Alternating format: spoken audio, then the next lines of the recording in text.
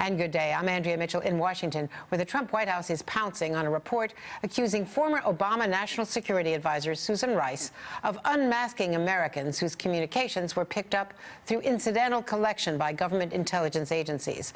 The basic charge: political spying. Susan Rice joins me exclusively for her first public comments on these news stories. Hi, Andrea. Good to be with you. Good to see you. This is a firestorm. It is involved with the whole question of the Russia investigation, of the response by President Trump, and now these accusations against you. How do you reply? How do you respond? Well, Andrea, this is not anything political has been alleged. The allegation is that somehow Obama administration officials utilized intelligence for political purposes. That's absolutely false. Let me explain how this works. I was a national security advisor. My job is to protect the American people and the security of our country. That's the same as the Secretary of State, the Secretary of Defense, the CIA director.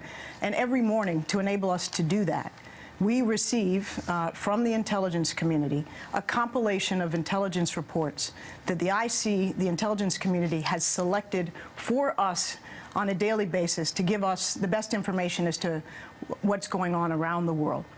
I received those reports, as did each of those other officials, and there were occasions when I would receive a report in which a U.S. person was referred to, name not provided, just U.S. person. And sometimes in that context, in order to understand the importance of the report and assess its significance, it was necessary to find out or request the information as to who that U.S. official was. Let me give you just a hypothetical example. This is completely made up, but let's say there was a conversation between two foreigners about a conversation they were having with an American who was proposing to sell to them high-tech bomb-making equipment. Now, if that came to me as National Security Advisor, it would matter enormously. Is this some kook sitting in his living room communicating via the internet, offering to sell something he doesn't have? Or is this a serious person or company or entity with the ability to provide that technology, perhaps to an adversary? That would be an example of a case where knowing who the U.S. person was necessary to assess the information. So when that occurred, what I would do, or what any official would do, is to ask their briefer whether the intelligence community would go through its process, and there's a long-standing established process, to decide whether that information as to who the identity of the U.S. person was could be provided to me. So they'd take that question back, they'd put it through a process, and the intelligence community made the determination as to whether or not the identity of that American individual could be provided to me. That is what I and Secretary of State, Secretary of Defense, CIA Director, DNI would do when we receive that information. We only do it to protect the American people, to do our jobs in the national security realm. That's the only reason. Within that process and within the context of the Trump campaign, the Trump transition, did you seek the names of people involved in, to unmask the names of people involved in the Trump transition, the Trump campaign, people surrounding the president-elect, let me be clear, in order to spy on them, in order to expose them? Absolutely not for any political purposes, to spy, expose, anything. But did you leak the name of Mike Flynn? I leaked nothing to nobody, and never have and never would. But let me explain this. First of all, Andrea, to talk about the contents of a classified report, to talk about the individuals on the foreign side who were the targets of the report itself, or any Americans who may have been collected upon incidentally, is to disclose classified information. I'm not going to do that. And those people who are putting these stories out are doing just that. I can't describe any particular report I saw. And by the way, I have no idea what reports are allegedly are being described by those who are putting out this story. I don't know what time frame they were from, I don't know the subject matter, and I don't know who they think was collected upon. The allegation is that in one case they are alleging in the Daily Caller that there was a spreadsheet that you put out of all of these names. Absolutely false. And circulated. No spreadsheet, nothing of the sort. And let me also elaborate and say that when the intelligence community would respond to a request from a senior national security official for the identity of an American, that would come back only to the person who requested it. And it would be brought back to them directly. To you directly? To me or to whoever might have requested it on occasion, and this is, important. It was not then typically broadly disseminated throughout the national security community or the government. So the notion that, which some people are trying to suggest, that by asking for the identity of an American person, that is the same as leaking it, is completely false. There's no equivalence between so-called unmasking and leaking. The effort to ask for the identity of an American citizen is necessary to understand the importance of an intelligence report in some instances. Now, the House Chairman, Devin Nunes, said that the incidental collection of these names that he was briefed when he came to the White House in the complex of offices that you used to lead at the National Security Council, he said that it had nothing to do with the Russia investigation. Yet now the allegation is that you were responsible for leaking the fact that Mike Flynn had talked to Ambassador Kislyak and perhaps to others. Is there any truth to that? I can't get into any specific reports. I don't know what Devin Nunes reviewed at the White House. What I can say is that there is an established process for senior national security officials to ask for the identity of U.S. persons in these reports. To get beyond that, Andrea, is to disclose classified information, and those people who are doing that are doing something very wrong.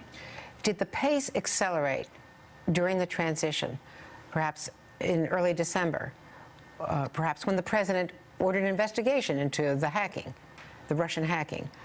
Did the pace of unmasking requests, of your unmasking requests, accelerate toward the end of the White House tenure? And I can't say the pace of unmasking requests would accelerate, but if you're asking were there more reports provided to senior U.S. officials after the president requested the compilation of the intelligence, which was ultimately provided in January, yes. What happened was, as the IC went about the business, the intelligence community went about the business of following up on the president's order, fulfilling the president's request for such a report. They went back and scrubbed more reports. They began to provide more such reports to American officials, including myself. And did you make more requests to find the identity of Americans who had been picked up in incidental collection? I'm not asking you the substance, which I know is classified, but were there more instances where at the tail end of the administration that you had to make, that you felt you had to make those requests to follow up on the raw data you were looking at? Andrea, I really can't be particular about the pace, because understand that over 8 years, for me and others who served, it was not uncommon. In fact, it was necessary at times to make those requests to find out the identity of U.S. officials on every topic under the sun when it seemed relevant. I don't have a particular recollection of doing that more frequently after the election, for example, than doing so before. Was there a particular focus on Russia because of the conversations with the Russian ambassador, because of the expulsion, around the time of the expulsion, December 26th, the decision to sanction Russia and expel a large number of alleged spies or diplomats? Well, Andrea, from basically August through the end of the administration, we were hearing more and more, getting more and more information about Russian interference in our electoral process. It was of grave concern to all of us in the national security team of the president and the president himself.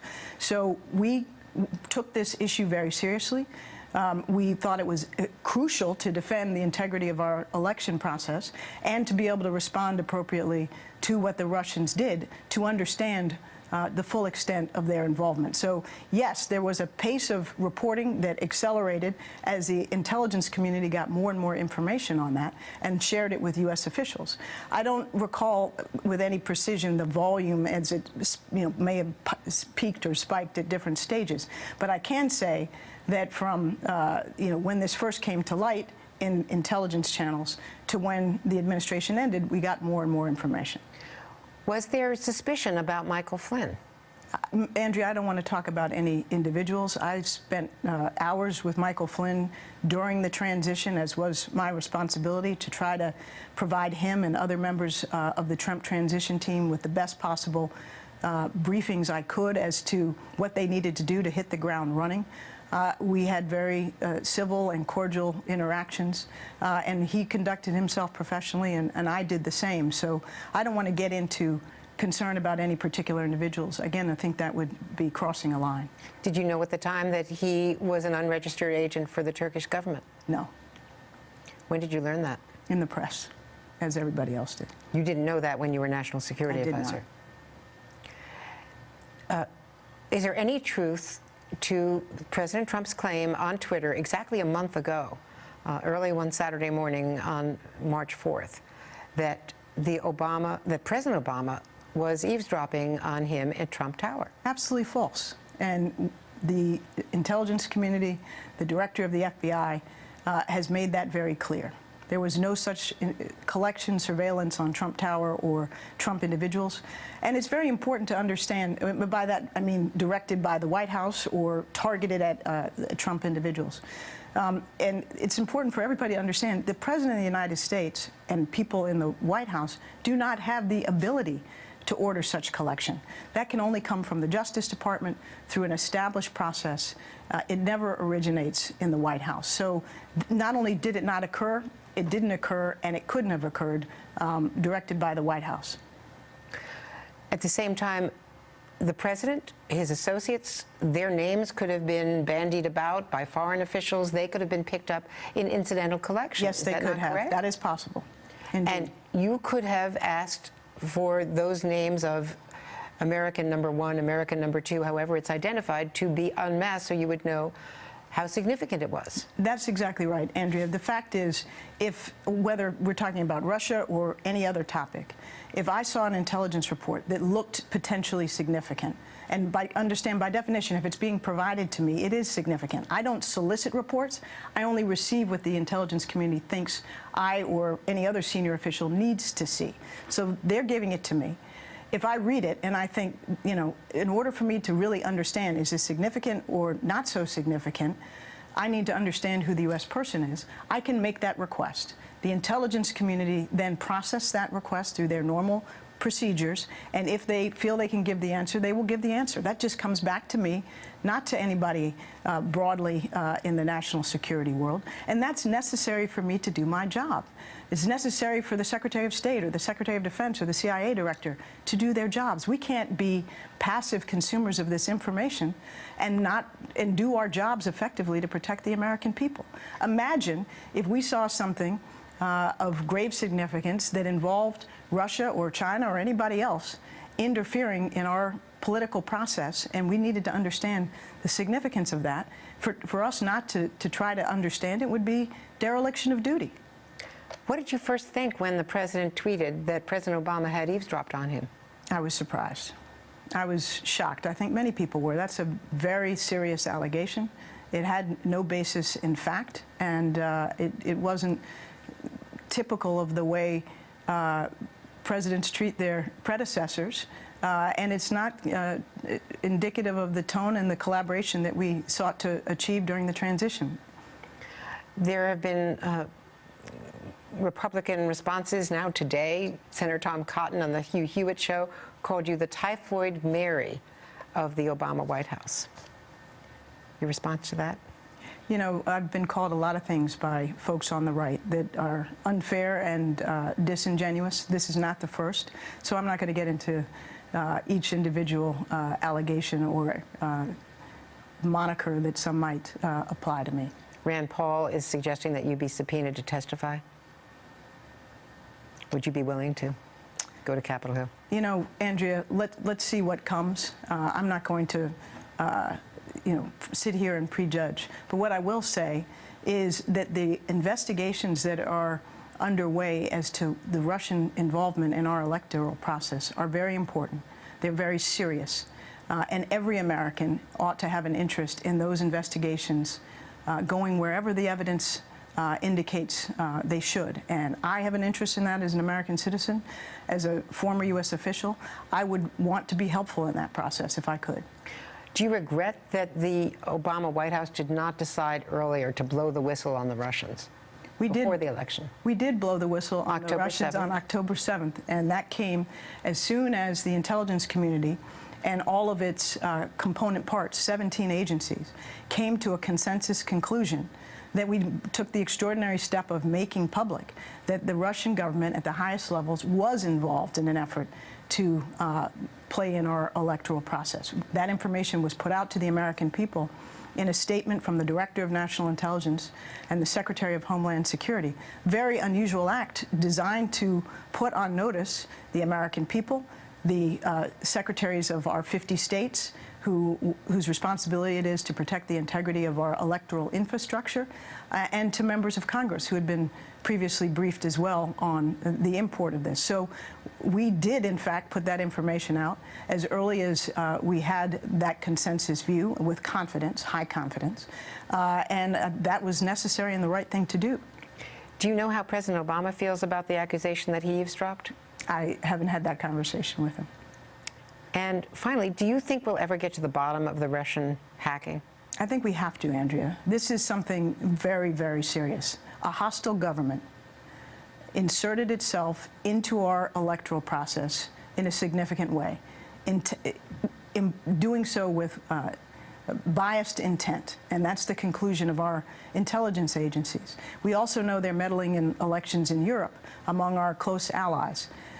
It's important that the American people understand this, and it's important that we improve our defenses against this kind of effort in the future, because if we don't, we should well assume that they will continue to try to do so.